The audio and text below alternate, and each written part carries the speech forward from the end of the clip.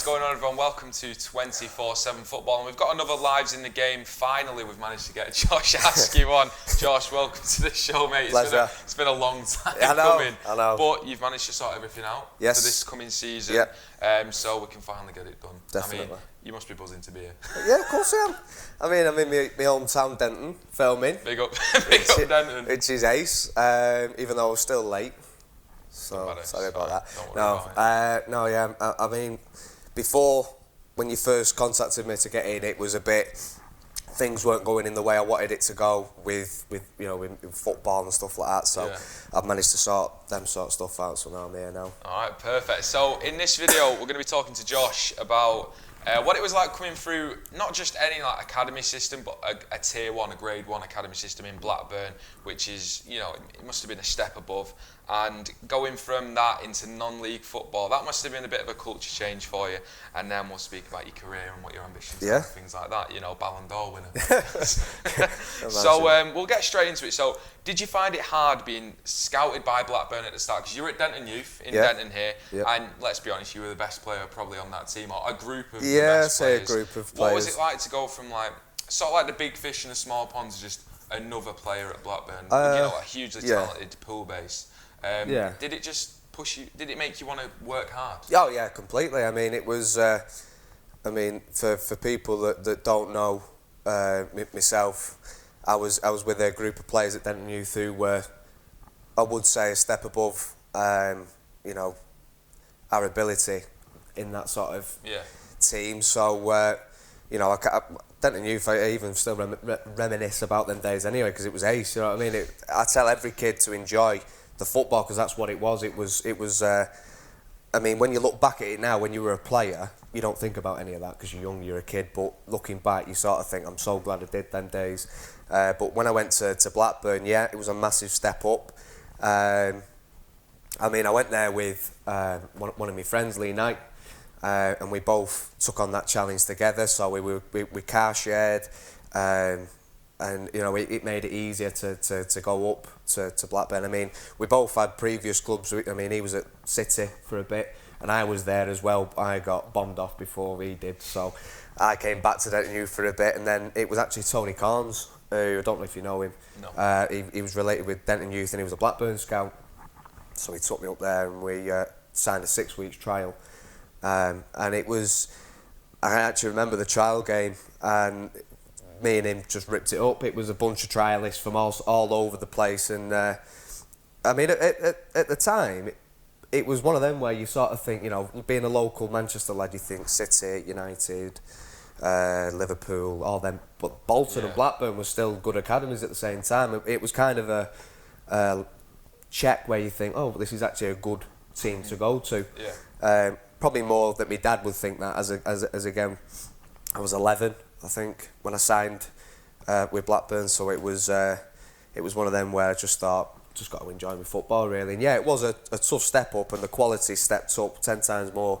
And you've got to get yourself in the team and get yourself noticed by the players, get yourself in with the lads, and it's not easy to do that. But I think if you can back your own ability, and you've got good people backing you, then you can achieve anything really. Yeah, absolutely. So you with Blackburn, obviously that grade 1 academy, which is unreal. Yeah. What was it actually like during your time in the academy system? But you had to sacrifice a lot in terms of your social life and things like that when you were a young person. Yeah. Is that hard to deal with? At the time, no, because you're in this mindset of, this is what I need to achieve. This is what I'm doing. You have your focus. You're very pushed towards one thing, and that's to become a professional footballer. That's to sign. In fact, no, it wasn't even that. It was to go from signing a 12-month contract to go from the under-15s to the under-16s, or the under-13s to the 14s. Yeah. And it was just wanting to get that next year. Just to keep progressing. Just to keep progressing. That's all it was.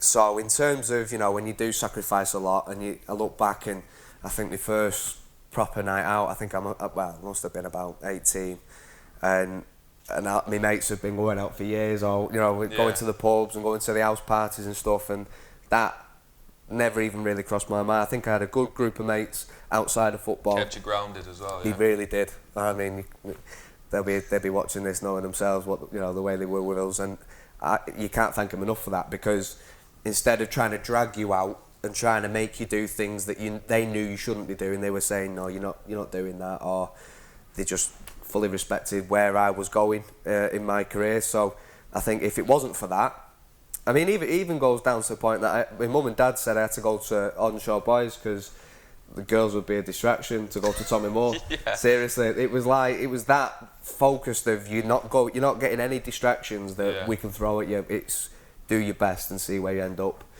Really. Girls weren't a distraction for me. I just could never get them. But, you then moved on. You moved to Blackburn on the academy side as well. For 2 years. What was that? What is that actually like for an academy player when you move there? Do you get any time to yourself, or is it just constant football? Yeah. So for the people that know me, that were there when I went through them 2 years, it was a love-hate sort of thing. And I think looking back now, I appreciate it so much. But at the time, I hated it. I'm a big home bird, you see, and I am, and I just loves Denton. I do. Yeah, can't get away from this place. No, I think at that time, in my head, I wasn't ready to do that. Yeah. And I think a lot of people that knew me knew that I wasn't. But however, it wasn't the fact that I had to get myself ready. And if I wasn't ready, then I've got to make myself ready. And I think that's what I managed to do in the end. It was tough, personally. Other lads, they loved it. Do you know what I mean? It was ace. We was in we were in two houses with two house parents, and they were lovely. They were lovely at Blackburn, and I can't thank them enough, and love them to bits. Yeah, what's that like going into just that's what I mean. It family? was it wasn't actually like that. So I know a lot of digs where you go and stay with a family, and but this was, they had two houses in this private estate.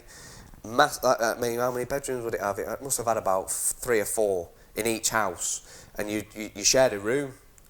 So I shared my first year with Scott Wharton, who now played for Bury last year, got promoted with them.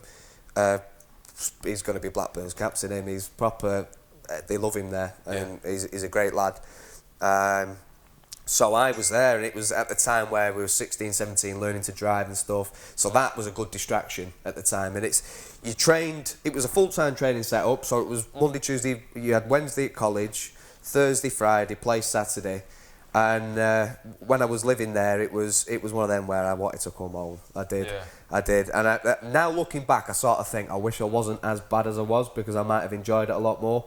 But still, to this day, I mean, from being a player now, being 21 and being in the teams that I've been involved in, especially now at Curzon Ashton, where I look at lads that should be going through what I went through, in terms of moving away, going through that whole football process and stuff, that haven't. There's a big difference between the two characters. In terms of like attitude? Yeah, attitude. It really matured in my head. It made me become 3 or 4 years older, because I had to be. Like, we do know each other from, like, obviously from when we were kids. And like, you were always like 5 years older than everyone else, like, even though you're not. Do you know what I mean? There's lads that say I sound 40, so I think my voice helps it as well. You should be like tucked up, newspaper, pipe. Do you know what I mean? No, I know, but I think it really did. It pushed you to a point where you had to be older in your head. You had to be, you know what I mean? You had to be 3 or 4 steps ahead of everyone else to stay where you were, because the competition was that rife and was that forced upon you. I mean, I remember just talking back before I even got my scholarship. You know, like I said, your focus was to get another year. Yeah. That was it. It wasn't, what we're doing at weekend, what we're doing through the week. School, I mean, I got through school, but I didn't exactly excel in it. It was more. You just focused on surviving, football, and surviving in football. It was, what can I get out of this? And Blackburn was a great club for me to be at, but I remember running myself into the ground with injuries and playing through them. Yeah. Just to get a scholarship, which was 2 years. So it went from being just a 1 year to the 2 year scholarship. And I remember sitting down, and I was absolutely. It was a nerve-wracking experience, because you're sitting there and. You've got your coach Gary Finlay, and he's I think it was his assistant, and I can't remember who the head was at the time. Yeah. And they basically said, look, we're going to give you your 2 year scholarship for what you did at the first half of the season, because I was on form on that at the start, but because I started running through injuries and I was forcing myself to do errors, I was actually getting worse. But they said if we were basing it on the last part of your season, you wouldn't have got one because you wasn't the player that you was at the start. Yeah. And they knew, they could see it, and it was just one of them where you just do anything to get that contract, and I was very fortunate that I got that. So that must be tough for any youth player, you know, to go through that mindset of surviving. Do you think more needs to be done? Was there a mental health aspect at Blackburn at the time, or do you think more can be done in terms of the counselling? Because you must know some players that just couldn't handle the pressure. Yeah, definitely. And I think nowadays that's come across as a very big thing. Do you know what I mean? Yeah. And it comes across as this is what we have to work on, and this is where we're not doing things right. And I think sometimes you can is it like bubble wrap people? You know what I mean? You can really take care of them, look after them, and feed them with a silver spoon, and they come out, and when they step, and this is the thing, I think it really got me prepared in a way to go into non-league, because if I was a bigger club, the likes of the City players and United players, if they were to step down into non-league now, only a few would be able to cope with it. The way it's all, the way the setup is, the way it is, because you've got to grow up quick, and if you don't, it eats you up and spits you out, and that's you done. That's what I mean. So I think for me, you didn't need the counselling, you didn't need any of that. You just needed to know what you wanted and achieve it. And I think the lads that have gone on and achieved things now, and the lads that haven't, that's what it was. It was either you made it and you got yourself through it, or everything ate you up and spat you out. And yeah, it's brutal, but that's why not everyone becomes a professional footballer at the end of the day. And I think that's what it's all about in my head, really. Yeah, absolutely. And it takes us perfectly on to obviously your time spent on loan. Yeah. First club was Ramsbottom. That's where you met Gareth Seddon. Big Gaz Seddon, yeah. Well, Gareth's perfect in this, because when we did our video with him, he told us what the lifestyle was like non-league. Yeah. How different was it to go from not that Ramsbottom wouldn't be professional or anything like that, but to go from Blackburn to the non-league setup? Was it like, did it hit you fast? Yeah, well, was it a culture shock? Yeah, it was. I know you're saying like other big teams, especially Man City and stuff, they'd find it really hard. What was it like to go from those two setups? Well, for me, it was a loan, so I was still training full time with Blackburn when I could. That was in my first year professional contract. I knew I wasn't gonna get another one, put it that way, at Blackburn. That road was pretty much blocked off straight away. So it was right. Where am I gonna go now? And this is what I mean. It really forced you to think quick on your feet and actually, I don't want to say the word, but grow up. Made you think, you know what, this is what I need to do. I'm here. I was at Ramsbottom for 1 month. That was it. That's all I signed for to begin with. And I remember walking in first time I drove there. I had no clue where Ramsbottom was. I honestly didn't. And I remember driving there, and I've come down, and the parts up. Is it the Harry Williams Stadium? I think it is, isn't it? Harry Williams is a top bloke. He's ace. But anyway, I think as well, just to go off it, there's a lot of Salford players that have a connection with Burn and Jono through Ramsbottom and stuff. So Ramsbottom's got a good connection with Salford, you see. So now talking back, I know a lot of players that played for him in the past that I had no clue. I had no clue who Gaz Seddon was. I didn't. In fact, it was my older brother who went. He used to go watch Hyde United with his granddad, and he said, there's a striker there, Gareth Seddon, and this, that, and the other. I was like, who's he? Don't know. Just had no idea. Turned up. I remember sitting in that changing room, and it was looking about, and you're there with full, blokes and this, that, and the other that have been. I mean, you look at Gaz's career, and Paul Linwood, he was another big character. I loved Paul. He was my centre half, and he was brilliant as well. Really funny bloke, and obviously he's had a massive career as well. Yeah. Who else was there? Spenno. He was a massive prospect at Bolton. Ended up picking up a bad injury and never played properly again, and yet he was in that changing room. So these players had come from all different backgrounds, and I had no clue. So it was just deal with it. Do you know what I mean? I remember playing my first game at left back, and you know what? you know how I play. I'm a very attacking fullback, and I've gone to bomb on down the line, and I kid you not, I nearly got killed. It was like being in a car crash off this tackle, and it's just come in, it's took me out, and I've rolled down on the floor, and I remember lying there for a split second thinking, wow, this is what football really is. Because in the 23s football and in 18s football and all that, academy, you don't get that. It's very tippy-tappy, you have possession, we've misplaced a pass, then they keep the ball, and then they might score, and then you do it, and then you'll score. It's not real.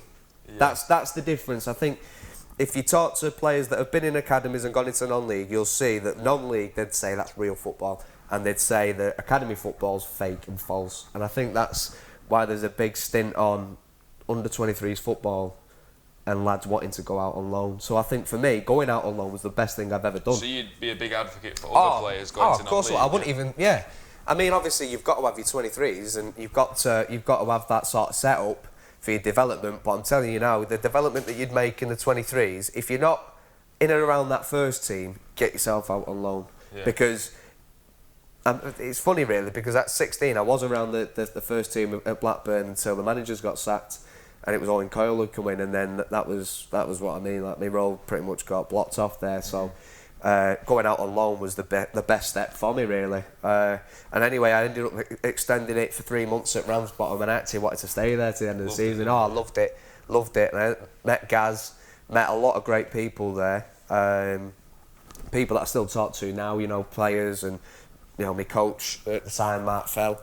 But I think for me then going to Warrington, which was going from, is it not Evo Stick North? Evo Stick Prem, yeah. Yeah, so it was. So I was in the north yeah, into the Evo Stick Prem, and obviously then you won below the Conference North, so which was where I wanted to really get into at the time. I know it sounds a bit daft, but I think if I wasn't going to a league club after Blackburn, it would have been that league, because I know it's very competitive. There were good local sides in there at Salford at the time, Stockport, Curzon. But I went to Warrington, and again, I think that was a different test again, really. I think if you ask me Dad, he actually enjoyed watching Ramsbottom games more than I did Warrington, because it was just booming it up in the air and playing off second balls. And I mean, we'd done well. We were on a playoff chasing side that we just missed out. But even that, you never. Do you know what I mean? You never in an academy other than the leagues. You could get relegated, you could win the league and this, that, but there wasn't that push, the drive that when you turned up into training, the lads that you were playing with were earning the extra bit of cash to pay the mortgage. Yeah, exactly. Do you know what I mean? And you're with lads that were picking up a pay packet, and if you didn't win that week, you might not get that money. That didn't affect me at the time, but later on, it's made me realise, wow, like that was how serious it was, even though it was part-time for them, even though I was full-time on loan. So, yeah, I mean, the loans, for any young player out there, I'd definitely recommend it. Yeah, and then the point came at Blackburn, obviously after 9 years, you were being told you weren't offered another deal at the club. But like I said, I knew it was said, coming. like you said, you were prepared for it, but even to come to terms with that, what was that like, knowing that you weren't going to have a future at that club? See, the thing is, you look at teams, and you look at players that have been at clubs for a certain amount of years. There always comes a sour point, and there always does. I mean, you're very, very lucky that never comes. Put it that way. There always comes a point where you know your road isn't going to happen anymore. You've got to move on. So. And again, that must have been another way you matured, that you accepted. Well, this is what I mean, and it was, you've got to accept it quick. That was it. You've just got to deal with it and move on to your next thing, because if you didn't, it'd eat you up and spit you out. And that was how brutal it was. If you didn't learn quick, you didn't move on fast. I mean, I have no bitterness towards Blackburn at all. I think I can't thank them enough for the 9 years that I had there, and I think that whole experience, the training, I mean, the petrol money for my dad and my granddad wouldn't be that good, like, but I mean, I owe them a lot. I really do. I do. Money and everything else that they've pushed me towards. But yeah, it was one of them where I could see it coming. It hurt. But then it's, right, what's my next challenge? Where else am I going to go? And I was, well, exactly. And so, very fortunate, really. Yeah, that just brings on perfectly to that next one, which is I spoke to you at the time when you were going through. You just got Gareth Seddon on as your agent. Did. You obviously his links with Salford. Why? Because you did have a few offers from league clubs, didn't you, in the under 23 I did. setup? I had a 1 year offer from Bristol Rovers. Yeah, the Bristol one. Yeah. And I went down there and I had a really good experience down there. If I'm honest, I enjoyed the setup. I enjoyed the lads, the gaffer at the time, Chris, and he really settled me in really, and really made it a club that I was thinking, oh, I could go here, and I enjoyed it. But it was a 1 year contract, and as a footballer, as any professional footballer wants, is a longer amount of time at a team, because you could have, it's not a 1 year contract, it's 9 months. You've got 9 months to prove yourself. If you don't make it, you don't make it. And I think going to Bristol, moving away. Was that a gamble too far for you? Yeah, but at the time it was still a good option. Do you know what I mean? So, yeah. Yeah, I mean, obviously I had Gaz with the connection at Salford, and so was it the project at Salford that lured you in, as well as staying local with your family? Yeah, oh god, yeah. I mean, it ticked every box. I had security for 2 years. I was in Conference North. I was in a team that was wanting to go up. Do you know what I mean? Everything that Salford were wanting to achieve, I was thinking, yeah, that's what I want to be a part of. Yeah, I want to be that. I want to be in the National League. I want to do this. I want to do that. I've got 2 years here to prove myself. I've got a bit of security. It's Salford, so I'm training. At the time, it was Worsley, so it was just the other side of Manchester. I wasn't having to travel 3 hours and stay over and do all that again, which would have been an issue at Bristol, because I didn't know that I was actually going to get digs or not. So then it was, how am I going to work it? But before Salford actually came in with a definite deal, I was trialling at Bury at the time, and I think I remember. Well, in fact, just before it, I went to Chesterfield. I was only meant to be there for 3 days, and I was there for the whole week. And I think at the time when I first went there was a good 6 or 7 of us trialling. It was coming up to their second to last game of the season in League Two. I think it was League Two or League One, and it turned out that I was the only trialist, and along with another lad that was there on the 5th day. So I'm thinking this is always a good sign when you're trialling. You're there longer than what they've you know what I mean, longer than what they've agreed with you to be there for, and they got relegated. And they said, we're cutting the budget, we can't take any lads on. I think even the gaffer and the backroom staff was sacked on that day. So I'd gone from thinking, this is ace, this Chesterfield, it's only over the hills, it'd be easy accessible, I can get there, planning my routes and stuff, and thinking I was, honestly, because you do, I think, especially being a young lad, you can believe the hype very quick, and you can think that everything's set up and made for you straight away. And I think it is being gullible a little bit, but it's also trying to be positive and thinking this is it, this is where my next step will be. Yeah. Especially knowing that at that time I had no club. Do you know what I mean? I was in that period of you didn't know what was getting away from Blackburn from 9 years. Where's my next move? Mm-hmm. So is that the most difficult time as a footballer? It was, but yeah. Especially when you're just starting out. Do you know, because it's easy for us to say, Mario Balotelli don't have a club, mate. He's stacked. Yeah, he's laughing. It doesn't affect him. He's paying $2,000 for people to drive the mopeds into the sea. But for a young player coming through who doesn't have that financial security and isn't a notable name, in the exactly. Game, is it hard? Put it this way. I broke down a couple of times, and I remember, if you ask Gaz himself, he actually picked me up on the way back from Chesterfield, having found out what had happened, and I broke down in the car. I remember him saying, "Don't worry, we'll sort it out and we'll get you somewhere. Mm-hmm. Just keep your head. I'll contact clubs, this, that, and I'll make sure that you've got a club for next season." That was Gaz's exact words whilst I was breaking down in that car, because I just thought and I'm very fortunate because I actually had the deal at Bristol on the table, and we was allowed to still trial at other clubs and see what we could get. So I knew I had that, but at the same time, I wanted to get something a little bit better, really. More concrete as well. Exactly. So, it hurt that. So yeah, it was very tough. So then I went to Bury and trialled there, and the same thing happened. It was meant to be 3 days, and I was there for 5.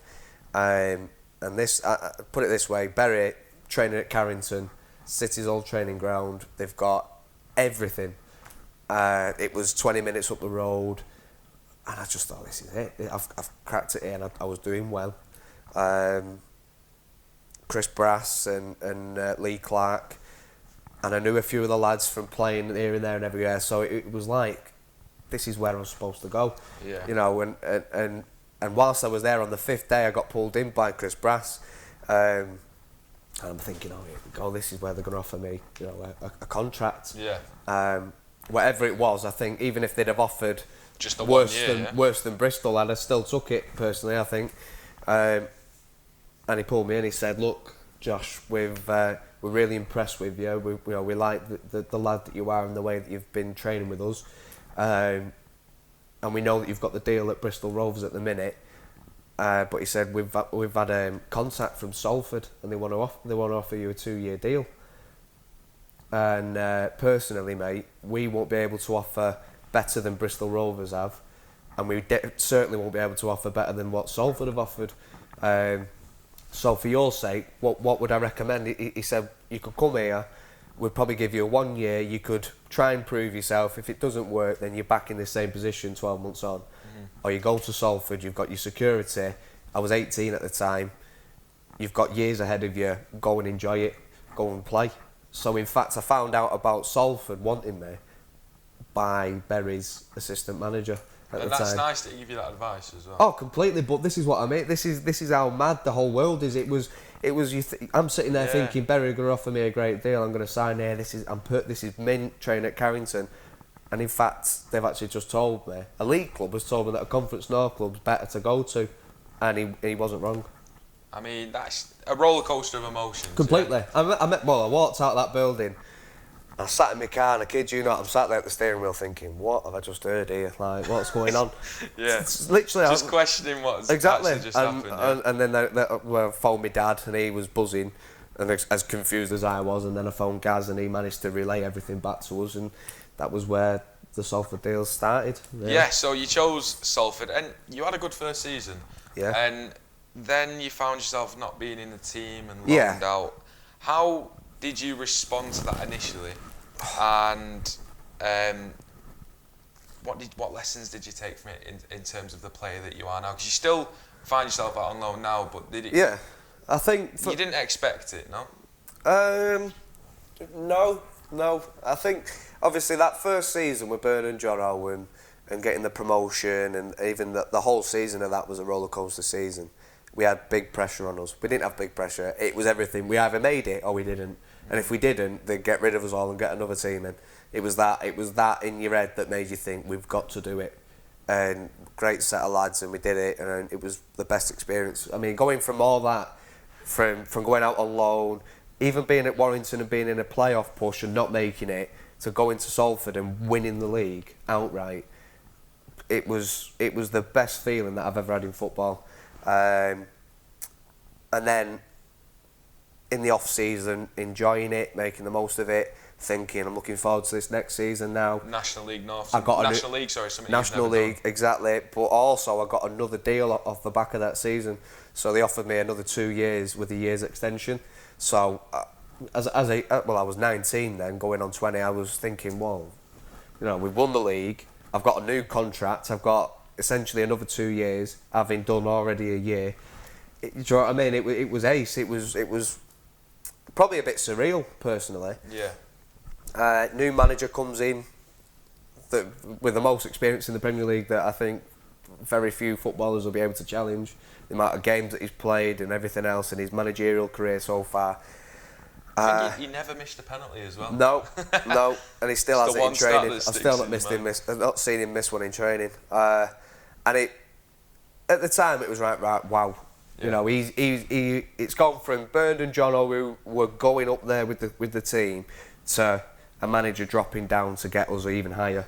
And this is the next step for the club now. And you could see it, and everything changed around the club in terms of professionalism and everything else. New training ground. And I got told that, and he was honest, the manager, he said, everyone's on a clean slate, everything starts again, just see where you go. So I set out into the pre-season, doing okay, and then I've got an injury against Fleetwood in our first game at home.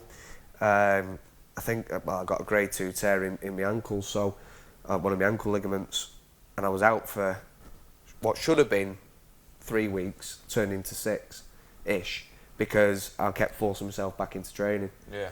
Because I had to be back in, because it's a new manager, I've got to impress him, I've got to do this, that and the other. And it just didn't get going. It was very static, it was very frustrating.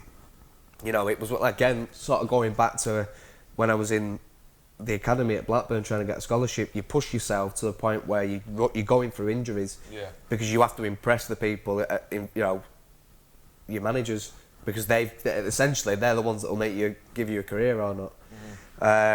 Do you know if the Blackburn physios heard this now, they'd kill you at the time, yeah, wasn't they? I know. I mean, it seemed to be a bit of a common theme though. It wasn't just myself. There was a few of the lads. Yeah. Do you know what I mean? But so it just never got going at last season really. So then I got sent out on loan to Stockport, and that was a bit of a love-hate experience really. I mean, I enjoyed it, but I know that at the time I went there with an injury, because I'd still not recovered, I'd still not healed, I'd still not had the time to get myself 100%.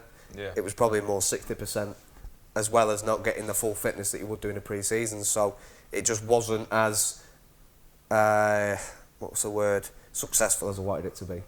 I loved my time when I was there on loan, but it just didn't work for me at that point. And I think there was a lot of things that a lot of people didn't know that was holding me back.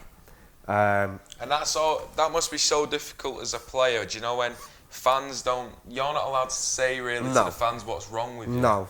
And they don't see the best you, and you want to put yourself out there in the best possible way. Exactly. And it was, again, just go out there and see what I can achieve, go and do the best that I can. And I give the best that I can, but at 60% instead of 100%. Whereas the difference between that season to this season now, I am 100%. And I'm determined, and I'm excited to see where this season goes now. Yeah. So you're just leading straight into these questions. So you're on loan at Curzon Ashton. You know, the second best team in Ashton. So I play for both now, haven't I? Yeah. I feel like Carlos Tevez. So after obviously last season it was stop-start. You had that spell with Ashton. Yeah. And then you went back to Salford for the non-league trophy. It was the FA Trophy. FA Trophy run. This season, just how happy are you to get back playing week in, week out, be fully fit? Well, put it this way. Once that season ended last season, this was my only goal as a player, because I had no guarantee, I had no actual league game in conference last season. We're now in League 2. I ain't getting game time this season either, and I knew that. And I managed to have a sit-down conversation, an honest conversation with the manager. And we've agreed that this is the best thing for me to get out and actually get 40 or 50 games under my belt this season. And it's, as a player, trying to push myself and trying to achieve what I want to achieve. At the end of the day, you've got to be selfish. You've got to think what's best for yourself, and this is it. This is where I have to be. I'm very lucky that Curzon's very local to us as well. It's got a great setup, great manager, great set of lads, all new. Great pitch. Wow. Well, it's one of the best in the league, if not the best. You know, so everything there, it ticks every box. I just need to go there now and just prove what I can do and believe in my own ability. There's no pressure. Yeah, there's pressure, but at the same time, there's not, because it's what I've been used to anyway. You know what I mean? That's football at the end of the day. If you can't handle pressure, you ain't going to be a professional footballer. It's as simple as that. So yeah, I'm looking forward to it. It's going to be eventful. It's going to be one of them where I think, obviously, it'll be the longest run that I've actually had in my career. If I played 40 or 50 games, other than the academy games that I've played, and you do play a lot of them, to be fair, but as a senior player, as a professional, you know, it'll be the most games that I'll play, and I've already racked up about 150 of them so far. So in terms of a 21-year-old that's played 150 odd games, senior experiences, you know, senior games, it's quite a lot really. And put it this way, I had no clue that I'd actually been involved in that amount of games until it was Gaz who told me about it, and it kind of makes you think, wow, like, I would not put that figure. Do you know what I mean? I would not absolutely. put myself to that figure, but hopefully, this season goes how I want it to go, and I can kick on from there. Well, exactly, and I can show to people what my ability is and how good I actually am, and actually have a good, because I played in the Conference North with Salford, but I was a bit in and out, and they used me as Bird and John would put it, as a tactical sub, because I had a lot of energy. I'll do. And they just used to put me on 60 odd minutes, really 40 odd minutes. well, yeah. Exactly, and just use that and go and cause havoc, really, and it worked. We there was a lot of games where I'd like to take credit for to get us back into a draw or into a win, or getting the motivation. The lads that had played the first 45 were a bit knackered. I'd come on, give a bit of energy to the game, and it spurred them on to kick on, and you could see it, and it was nice. It was nice as a player to know the effect that you've got on a team. Yeah. So yeah, I'm hoping that now I can get that full 90 minutes week in, week out. So what are I know this is an extremely difficult question, like what are your aspirations for the rest of your career? What would you like to achieve before you retire? Well, I know it's a difficult one. Yeah, I mean, any footballer will tell you that they want to stay professional for as long as they can.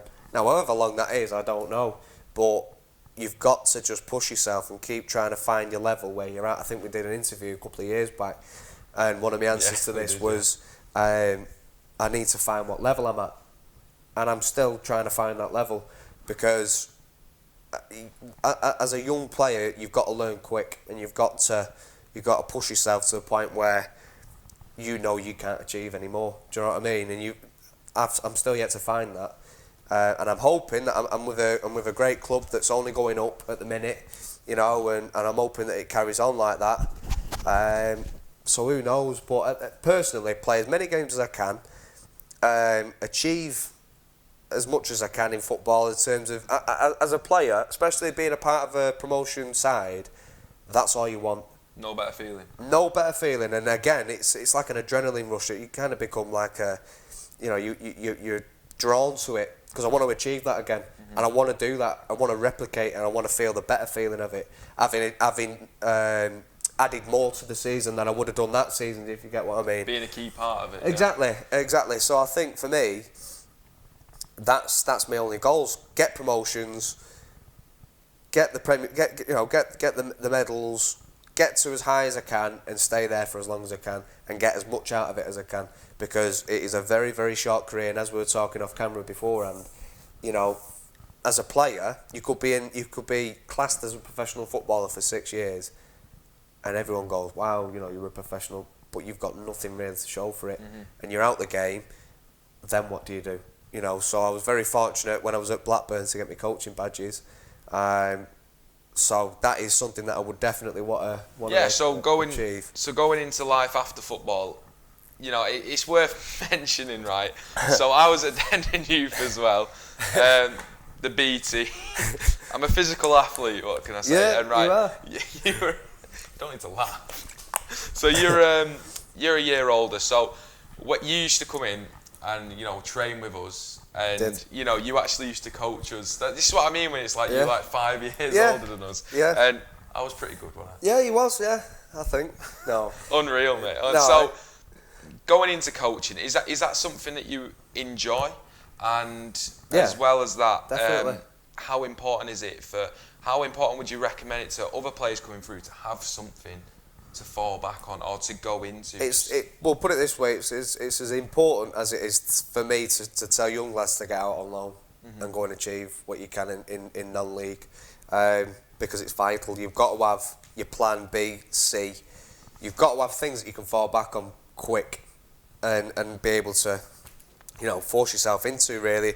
I think when I was younger, especially when I did those sort of coaching experience at Denton Youth with Paul Johnson at the time, that was where I found out as a young lad that I actually enjoy coaching.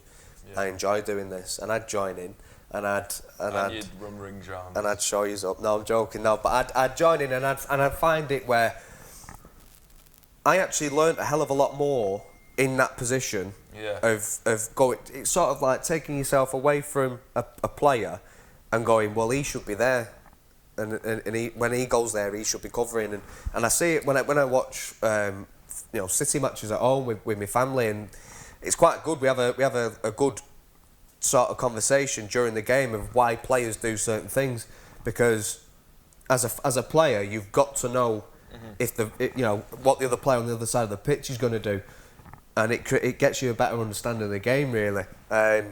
And that's what that did very early on, and I enjoyed it. I like that feeling of getting a better understanding. I was bettering myself at the same time. It was making me. I remember when I was at school as well, and I'd play as a striker for Ardenshaw, but I was a centre half at Blackburn.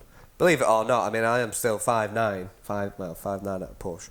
But half. There's a half there as well. But it's like, at the time, I was quite tall, so it was where I could learn what strikers' movements would be, and then I'd play for Blackburn in the academy, and I'd know what he's going to do, or I'd have an idea at least, because it'd be the movements that I would do.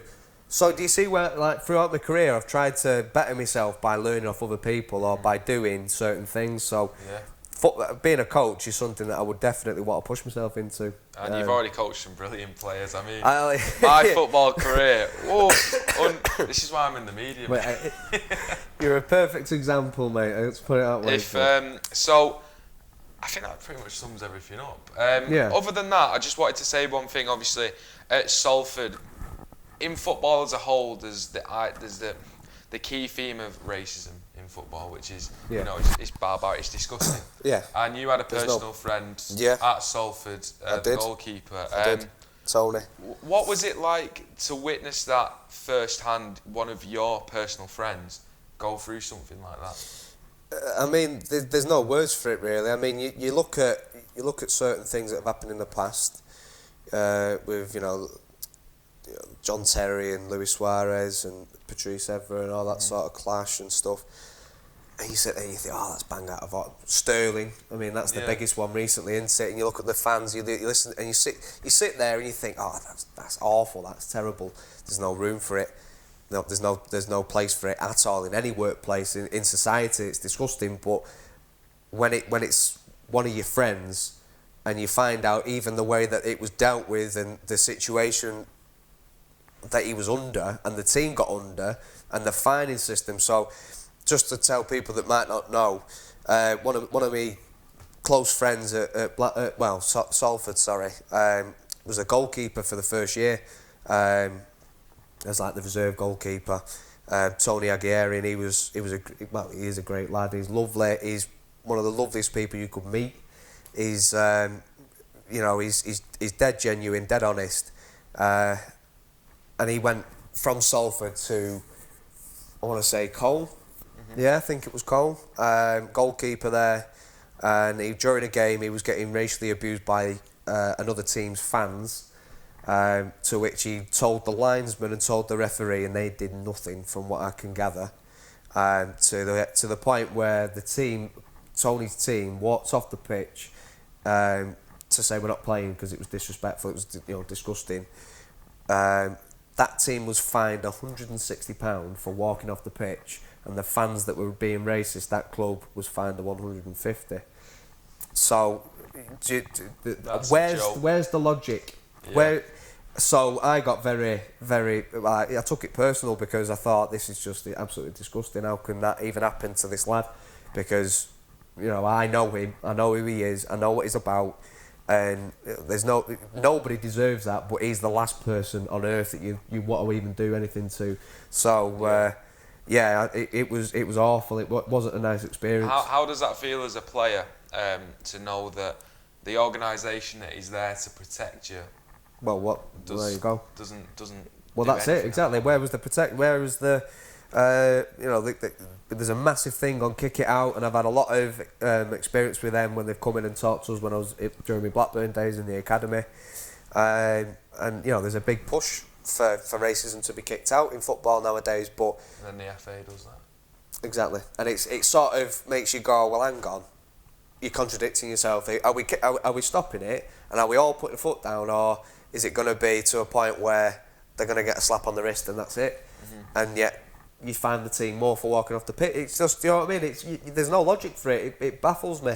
But at the end of the day, I've met up with him in the summer. I know he's all right. I know he's fine. In fact, as Tony would do, he laughed it off and took it with a smile. And that's probably the best thing you can do with these sort of people. Yeah. I mean, if anything, my dad's always taught me, if you want to be a professional footballer, you've got to be able to deal with 50,000 people calling you God knows what.